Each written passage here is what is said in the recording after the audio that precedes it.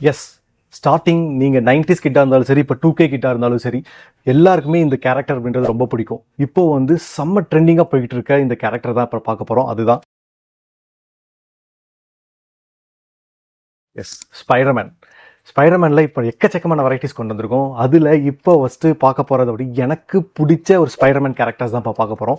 வாங்க எவ்வளோ டீட்டெயிலிங்கா அவங்க ஒர்க் பண்ணியிருக்காங்க அப்படின்ட்டு. ஸோ இதில ஒரு 4 பீசஸ்மே அவ்வளோ நீட் அண்ட் கிளியரா ஒர்க் பண்ணியிருப்பாங்க. இதில அந்த 4 பீசஸ் நான் ஒவ்வொன்னும் ஓப்பன் பண்றேன் பாருங்க. ஸோ இதில வந்து 4 டிஃப்ரெண்ட் கேரக்டர்ஸ் குடுத்துருப்பாங்க. ரொம்ப டீட்டெயிலிங்கா ஒர்க் பண்ணியிருப்பாங்க. இதில ஃபர்ஸ்ட் ஸ்பைடர்மேன் பார்த்தீங்கன்னா, வெப் விடுற மாரி.